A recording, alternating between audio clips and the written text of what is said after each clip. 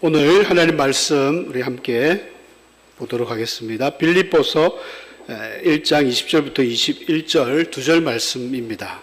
신약 성경 318페이지 두 절 말씀이기 때문에 우리 다 같이 한번 호흡을 맞추어서 한번 같이 합독을 해보도록 하겠습니다. 20절, 21절 두 절 말씀입니다. 시작. 나의 간절한 기대와 소망을 따라 아무 일에든지 부끄러워하지 아니하고 지금도 전과 같이 온전히 담대하여 살든지 죽든지 내 몸에서 그리스도가 존귀하게 되게 하려 하나니 이는 내게 사는 것이 그리스도니 죽는 것도 유익함이라. 아멘. 여러분들 노래를 하나 부르도록 하겠습니다. 못 부르는 노래지만 반주 안 하셔도 됩니다. 반주하면 실력이 탄로나기 때문에. 예전에 제가 이제 청년 때 굉장히 많이 불렀던 노래인데 우리 아시는 분도 많이 계실 거예요. Christ in me is to live, to die is to gain.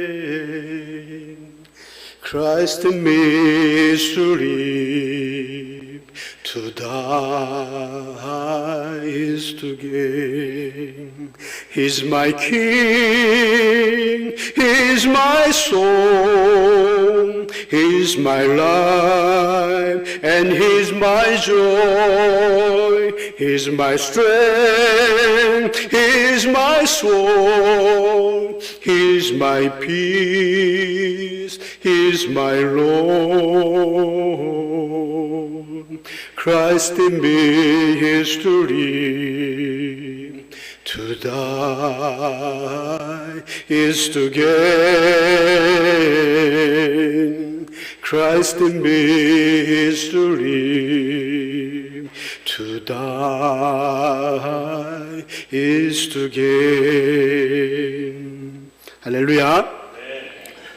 제가 왜 이 찬양을 부르냐 하면 제가 청년 때에 한 20대 때인 것 같습니다. 저보다 한 5살 정도 많은 형님이 계셨는데 형님이 이제 신학을 조금 하셨어요. 많이 아니고 조금 하시다가 필리핀에 선교를 가셨습니다. 선교를 갔지만 뭐 복음을 전하고 어떻게 이런 선교사의 일보다는 가서 소소한 일들을 했다고 합니다. 뭐 집을 짓고 교회를 돕고 뭐 청소하고 아이들 챙겨주고 이런 일들을 하면서 인생을 보냈는데 우리 전에 제가 섬기던 교회에 우리 사모님 남동생이거든요. 그분이 한번 이제 귀국을 해가지고 특송을 하는데 이 노래를 하셨어요. 막 영어로 부르더라고요. 그래서 우리는 그 당시 뭐 이 노래를 또 영어로 자주 불렀기 때문에 듣고 감동을 굉장히 많이 받았습니다. 야, 필리핀에서는 이렇게 통하는구나. Christ in me is to live. 그리스도 안에, 내 안에 예수가 있는데 나의 죽음조차도 유익하다. 그분이, 그 형님이 그렇게 찬송을 막 하는 모습 굉장히 은혜 받았습니다.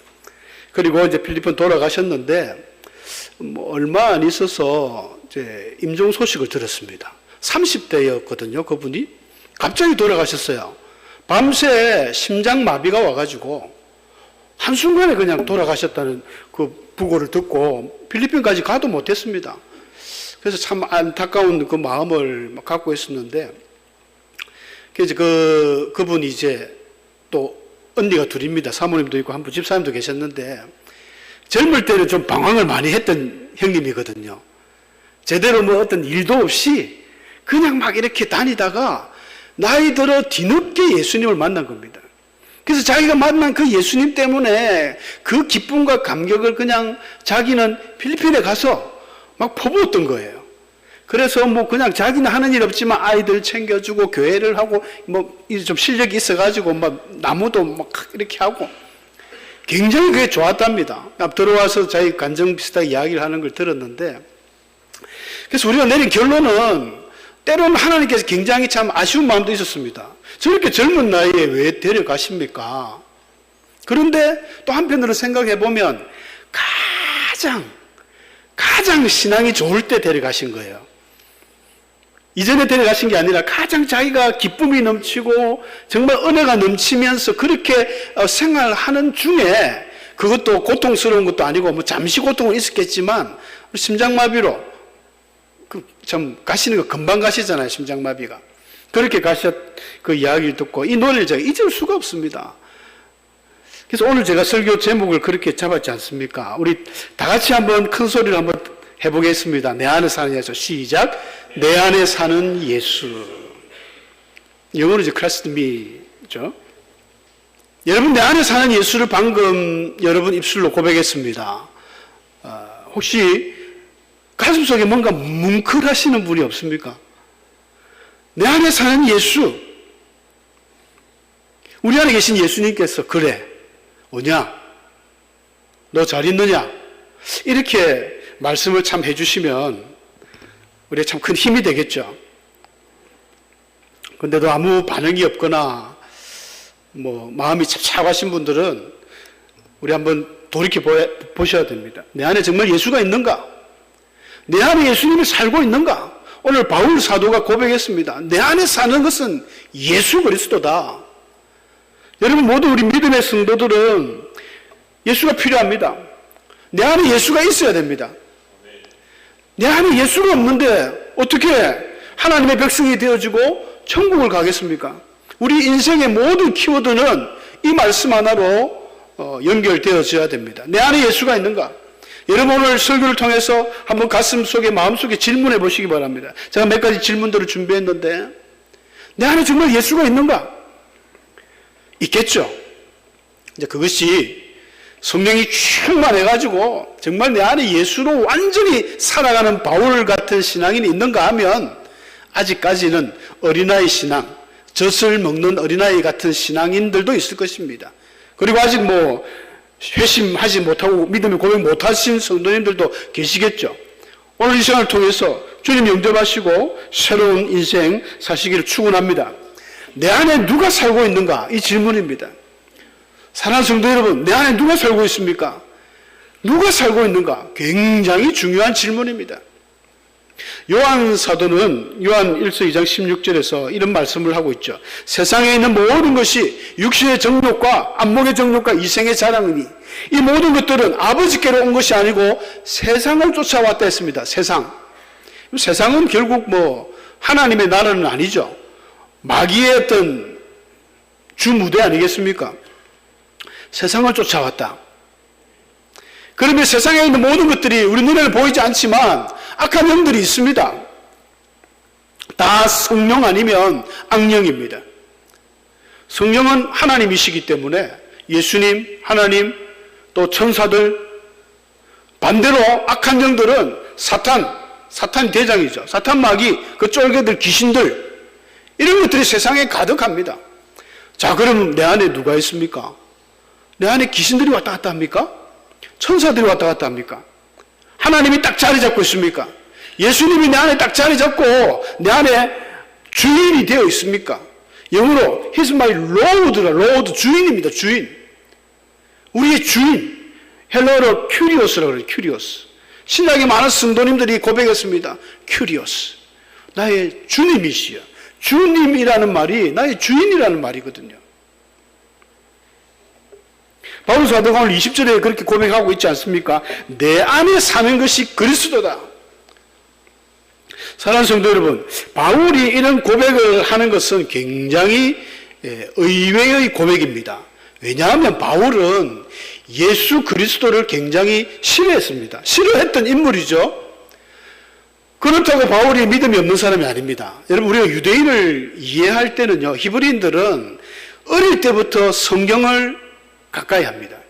성경을 목숨처럼 여깁니다. 토라라는 우리 모세오경 5권 율법서 있죠. 창세기, 출애굽기, 레위기, 민수기, 신명기 5권을 목숨처럼 생각하는 이들이 유대인이고 히브리인들입니다. 바울은 특히 율법학자, 대학자였던 가말리엘의 그 수제자이기 때문에 하나님의 말씀을 어릴 때부터 달달달달 외우는 분이에요. 그러니까 성경만 외우는 게 아니라 그들은 실제적으로 하나님을 정말 잘 섬기고 있습니다. 단지 예수님을 모를 뿐이지 하나님에 대한 신앙은 우리들이 감히 그들을 쫓아갈 수가 없습니다. 우리는 그들을 비교의 대상이 아닐 정도로 유대인들은 하나님을 잘 섬깁니다. 그런 인물이 바울인데, 바울이 보니까 언젠가부터 이 막 시대가 예수님을 막 찬양한다는 거죠. 우리가 초대교회 이제 오순절 성령이 임한 뒤로 막 교회가 생기고 예루살렘에 그 중심으로 해가지고 사도들하고 3,000명, 5,000명 막 엄청난 사람들이 예수님을 믿고 막 예수님을 찬양하니까 바울이 이해가 안 되는 거예요. 저놈들이 도대체 뭐 하는 사람들이길래 예수가 뭐지? 자기가 성경을 보니까 나무에 달린 자들마다 저주받은 자다. 야, 예수는 십자가에 못 박아 죽었으니까 이 저주받은 사람인데 왜 사람들이 저렇게 예수에 환장을 했는가? 예수에 미쳤는가?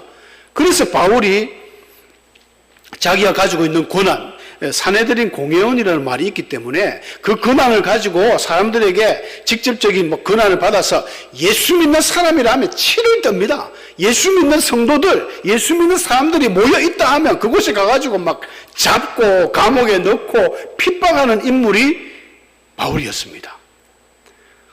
그 당시 교인들이, 예수 믿는 사람들이 제일 무서워하는 사람 중에 하나가 바울이었어요. 바울 이전에 사울이라 그랬죠, 사울. 그런 사울이 어떻게 이런 내 안에 사는 것이 그리스도다, 예수다, 이런 고백을 했을까? 대단한 일이죠. 좀 거슬러 올라가면 스데반 집사님이 이제 순교를 합니다. 돌에 맞아 순교를 하죠. 사도행전 7장에 보면. 근데 스데반 집사님은 사도 바울과 가말리엘 밑에서 함께 공부했던, 동문수학했던 친구입니다. 그렇게 전성에 이렇게 나옵니다. 그러니까 자기가 알고 있는 스데반은 저런 인물이 아닌데 저게 왜 저렇게 미쳤을까? 여러분, 스데반이 돌에 맞아 죽을 때 바울이 옆에 정인으로 서가 있었거든요. 스데반 집사의 옷을 자기가 증거로, 자기가 정인을 서줄 정도로. 아마 모르긴 몰라도 스데반 집사님의 죽음에서 바울은 큰 충격을 받았을 것으로 우리는 봅니다. 왜냐하면 자기가 알고 있는 스데반이 아니거든요. 자기가 함께 공부할 때 그렇게 율법적으로 우리가 말씀을 깊이 알고 외우고 암송했던 저 친구가 왜 저렇게 돌아버렸나? 죽음조차도 두려워하지 않고 얼굴이 천사처럼 변하면서 주의 그 예수님이 하늘에 있는 것을 본다 하면서 죽는 것을 보고 자기가 증인이 되었지만 아마 충격을 받았을 것입니다. 충격을 받으나 마나 또 다메섹에서 예수 믿는 도당이 있다는 소식을 듣고 또 잡으러 갑니다. 가다가 어떻게 됐습니까? 드디어 예수님을 만나죠. 사울아 사울아 하면서 다메섹 가는 그 길에 예수님이 불렀습니다. 깜짝 놀랐습니다.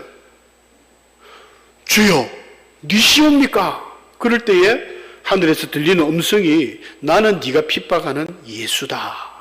바울은 예수를 본 적도 없고 만난 적도 없습니다. 한 번도 본 적도 없지만 예수님이 그 예수 믿는 사람들을 핍박하니까 나는 네가 핍박하는 예수다. 내 사람들 괴롭히지 마라. 그런 이야기였죠. 바울이 거기서 큰 충격을 받고 이제 다메섹에 가서 너무 강력한 빛을 받기 때문에 눈이 벌어져 버렸습니다. 하나님의 그 말씀대로 아나니아 이제 사도 목사님을 찾아가가지고 기도받고 눈이 다시 띄어지고 한 3년 동안 아라비아에서 열심히 기도하면서 말씀을 재해석한 것으로 이렇게 알려져 있습니다. 그러니까 다시 말씀을 연구하기 시작했죠. 예수가 누군가?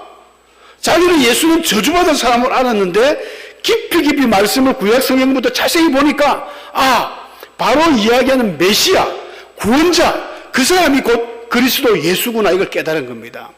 바울이 한 30대 초반 정도에 이렇게 예수님을 만난 것으로 알려져 있는데, 그리고 나서 한 60대 중후반에 이제 순교해서 죽습니다. 30년 정도를 오직 예수를 위해서 살아갔습니다. 그때 예수 믿고 나서는 내 안에 사는 예수, 이 예수를 증거하면서 이방인의 사도로 가는 곳곳마다 핍박받죠. 돌에 맞고 여러 위험에 있었지만은 이 예수를 위해서 살아갔던 그 인물이 바로 사도 바울입니다. 그가 빌립보 교인들에게, 빌립보 교회는 바울과 굉장히 친분이 있는 교회죠. 그래서 사람들이 바울이 또 감옥에 있으니까 빌립보서는 감옥에서 쓴 편지입니다. 빌립보, 골로새서, 빌레몬서, 에베소서 이런 옥중 서신을 해가지고 감옥에서 교인들이 편지를 하니까 교인들이 아이고 우리 바울 선생님 또 감옥에 가셨네 하면서 에바브로 디도를 보내가지고 우리 바울 선생님 잘 있는가 안부를 물었어요. 걱정을 하는 거예요. 바울이 하는 이야기가 걱정하지 마라. 내 안에 있는 것이 그리스도다. 나는 죽음조차도 두렵지 않다. 그걸 교인들에게 이야기를 해준 것입니다. 사랑하는 성도 여러분, 여러분 안에 예수님이 만약에 살고 계시다면 두 번째 중요한 질문은 예수님을 어디에 모시고 계십니까? 많은 성도들이 예수님을 믿고 회심하고 이제 예수 믿는 사람이 되었고 하나님의 자녀가 되었지만 아직까지도 예수님을 내 마음속에 주인으로 모시지 못하고 좀 저 뒤쪽으로 뒷방 우리 늙은이 취급한다고 그러는데 막 뒷방에 넣어놓고 좀 저 구석진데 예수님을 놔두고 계시는 분 없는지 모르겠습니다. 그런 분들이 많이 있습니다. 뭘 보면 알 수 있냐면요, 어떤 일을 결정할 때 내게 어떤 고민이 생겼어요. 그럼 우리는 내 안에 예수가 살아있고 이 바울 같은 사람이라면 바로 예수님께 부탁합니다. 예수님, 저 지금 어떻게 해야 될까요? 나 지금 이런 문제가 닥쳤는데 어떻게 해야 됩니까? 예수님, 내 갈 길을 보여주십시오. 내 갈 길을 밝혀 보여주십시오. 기도하는 게 당연한데 아직까지 그런 게 확신이 없는 분들은 혼자 고민합니다. 엄청 고민합니다. 친구를 찾아갑니다. 선생님을 찾아갑니다. 자기를 도울 만한 어떤 그런 끈앞을 찾아갑니다. 막 권력에 아부하고 막 찾아가서 좀 자기의 피할 길을 막 찾고 있습니다. 한참 그래놓고는 마지막에 예수님, 내가 지금 이것저것 다 해놨는데 이번 일이 꼭 성사되도록 도와주십시오. 예수님이 저 꼴뚜말이에요. 꼴집이에요. 꼴집. 내가 할 거 전부 다 해놓습니다. 전부 다 해놓고 하나님, 내가 이렇게 만들어놨으니까 하나님 도와주세요. 제가 그럴 일은 없지만 제가 예수님은 기분 나빠서 참 도와주기 싫어해요. 처음부터 의논하는 것도 아니고 예수님을 그렇게 모시면 안 됩니다. 그래서 예수님이 요한계시록 3장 20절에 그 요한 사도가 환상 중에 그 주셨던 말씀이지 않습니까? 볼지어다 내가 문 밖에 서서 두드리노니 누구든지 내 음성을 듣고 문을 열면은 내가 그에게로 들어가 그로 더불어 먹고 그는 나와 더불어 먹으리라. 여러분 이 그림을 성화에 보시면 아시겠지만 문고리가 문 손잡이가 밖에는 없어요. 안에밖에 없습니다. 내가 문을 열어줘야 되는 거예요. 예수님이 사정없이 문을 두드립니다. 얘야, 나와 함께 의논하자. 수고하고 무거운 짐진 자들아, 다 내게로 오너라. 내가 너를 쉬게 해줄게. 그럼에도 불구하고 우리는 들은 척만청합니다. 아직도 내 안에 예수님이 없거나 아직도 내 안에 예수님이 주인이 안 된 사람들이죠. 예수님을 주인으로 모시고 항상 예수님과 동행하고 예수님과 의논하고 예수님에게 도움을 요청하고 그러면 예수님의 말씀대로 그는 나와 더불어 먹으리라. 모든 일에 부족함이 없습니다. 여러분 예수님을 모시고 살아가는 성도들에게는요, 하나님의 자녀들에게는 놀라운 기적이 있습니다. 예수님이 내 마음 중심에 나의 모든 것을 다스리시는 나의 최고의 분이 되어 있다면, 최고의 왕자에 앉아 계시다면 우리의 삶은 변화가 일어납니다. 생각이 바뀝니다. 말투가 바뀝니다. 행동이 바뀝니다. 과거에 예수를 믿지 않았을 때 했던 많은 좋지 않은 것들 변화가 일어납니다. 그런데 예수를 저는 1년이 10년을 20년을 믿었는데도 똑같다? 한번 돌아보시기 바랍니다. 내 안에 정말 예수가 있는가? 그분이 내 안에 중심에 계신가? 예수님이 중심에 있다면 변화가 일어나야 됩니다. 예수님이 기뻐하시는 일들을 해야 됩니다. 말을 해야 됩니다. 욕 잘하는 우리 학생들이 있어요. 요즘에는 학생들 언어가 욕이 거의 한 80% 이상입니다. 욕이 아니면 대화가 안 되는 것 같아요. 근데 예수를 믿고 정말 인격적인 변화가 일어나면 바뀝니다. 욕은 저주거든요. 욕은 마귀의 언어입니다. 하나님의 언어는 욕이라는 게 없습니다. 그 사람을 위로하고 살려주고 용기 주고 힘주고 이게 하나님의 언어인데, 이 마귀의 언어가 많은 사람들은 나가 죽으라, 이 얼어 죽을 놈아, 이 새 빠질 놈아, 뭐 온갖 전부 욕은 이거는 마귀 언어입니다. 마귀 언어. 이런 하면 안 됩니다. 화가 날 때 뭐 할 수도 있지만 해가 지도록 분을 품지 말며 하룻밤에 밤사이에 아침에 내가 했던 욕 취소한다. 미안하다 친구야. 이래 해야지. 하나님 성도지. 나는 예수를 모시면서 그게 어떻게 가만히 있을 수 있습니까? 찔리지도 않습니까? 성령을 통해서, 양심을 통해서 하나님이 자꾸 찌릅니다. 너 임마 그래가 되겠나? 너 교회 집사 아니가? 너 권사 장로인데 그런 말 하면 안 된다. 빨리 가서 친구와 화해해라. 이게 정상입니다. 그리고 예수님이 내 안에 있는데 여러분, 질병이 우리를 괴롭힐 수 있겠습니까? 질병 낫습니다. 기적이 일어납니다. 사업의 실패 회복됩니다. 모든 것이 가능하신 분입니다. 하나님은 엘샤다이, 전능하신 하나님, 이루지 못할 일이 없는 하나님, 그 하나님을 우리가 주인으로 모시고 살아가는데 왜 우리에게 어려움이 있겠습니까? 제가 오늘 아까 예배 시작할 때 읽었던 교동문처럼 읽었던 그 말씀, 시편 46편 말씀이거든요. 며칠 전에 참 새벽기도 인도하면서 이 말씀을 나눴는데 제게는 참 은혜가 되었습니다. 여호와는, 하나님은 나의 피난처시라. 내 환난 날에 도울 큰 도움이 되신다. 그 하나님이 땅이 무너지고 바닷물이 솟아나고 어떤 어려운 일이 와도 나는 두려워하지 않을 것이다. 이 고라 자손들의 고백이었는데 우리의 고백되기를 원합니다. 주님이 우리 안에 있다면, 예수님이 우리 안에 있다면 무엇이 두렵겠습니까? 어떤 어려움과 고난이 와도, 여러분, 어려움과 고난은 항상 있습니다. 우리 앞에 없을 수 없어요. 항상 어려움은 있습니다. 우리가 예수를 위해 살아갈 때, 내가 예수를 위해 살고자 합니다. 예수를 위해 살아가고 할 때 항상 우리에게 좋은 일만 일어나라는 법은 없죠.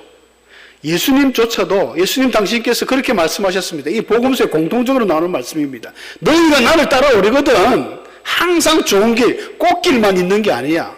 나를 따라오려거든 자기를 부인하고 자기 십자가를 지고 나를 쫓아라. 십자가는 죽음이죠. 여러분, 죽음도 각오하고 예수님 믿고 계십니까? 예수님 사랑하십니까? 바울은 그랬습니다. 내 안에 있는 예수가 나는 죽어도 좋다. 나는 죽는 것도 유익한 사람이다. 예수를 위해 내가 죽는다면 나는 괜찮다. 어떠한 고난과 어떠한 어려움이 와도 여러분, 그것으로 인해서 낙심하지 마시고 낙담하지 마십시오. 예수 믿는 사람에게도 동일하게 고난은 옵니다. 차 사고 납니다. 어려움이 닥칩니다. 사업에 실패 있습니다. 고통이 옵니다. 사람에게 배신당합니다. 예수님도 자기 제자한테 배신을 당했는데, 이런 일반적인 모든 고통과 역경은 우리에게 있습니다. 그러나 낙심하지 마십시오. 낙담할 필요가 없습니다. 왜냐하면 하나님이 다시 우리에게 용기를 주시고 이겨나갈 힘을 주시기 때문입니다. 그러니까 우리가 늘 좋은 것만 바라고, 어떤 전도하시는 분도 그래요. 여러분, 전도하는 문구를 예수 믿으세요. 예수 믿으면 복 받습니다. 틀린 이야기 아닙니다. 예수 믿으면 복 받죠. 그러나 예수님 믿어 복 받는 게 아니라 가장 중요한 복음의 핵심 키워드는 당신은 죄인입니다. 예수 믿어야 구원받습니다. 예수님을 통해 우리 구원받는 것이지, 때로는 복도 받고 때로는 시련도 받습니다. 애매히 고난도 당할 때가 있습니다. 교회 일을 열심히 하다가 막 성탄절날 교회 추리 달고, 우리 교회는 특히 추리가 높지 않습니까? 저 더리몰 2층까지 올라가가지고 우리 장로님도 집사님도 올라가가지고 장담할 수 있습니까? 실수로 떨어져가지고 큰일 날 수 있습니다. 뼈가 부러지거나, 더 심각하면 죽을 수도 있습니다. 그러나 낙심하지 마십시오. 내가 주를 위해서 일하다가, 내가 예수님 위해서 살다가, 내가 예수님 위해서 복음 전하다가, 내가 예수를 위해서 어떤 일을 하다가 다쳤다, 실패했다, 손해를 봤다, 심지어 죽었다. 그것조차도 하나님께는 영광이 되는 줄 믿습니다.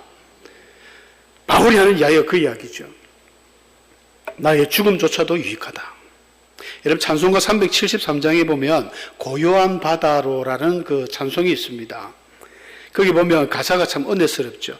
고요한 바다로 저 천국 향할 때 주 내게 순풍 주시니 참 감사합니다. 근데 2절을 보면 큰 물결이 일어나 나 쉬지 못하나 이 풍랑으로 인하여 더 빨리 갑니다.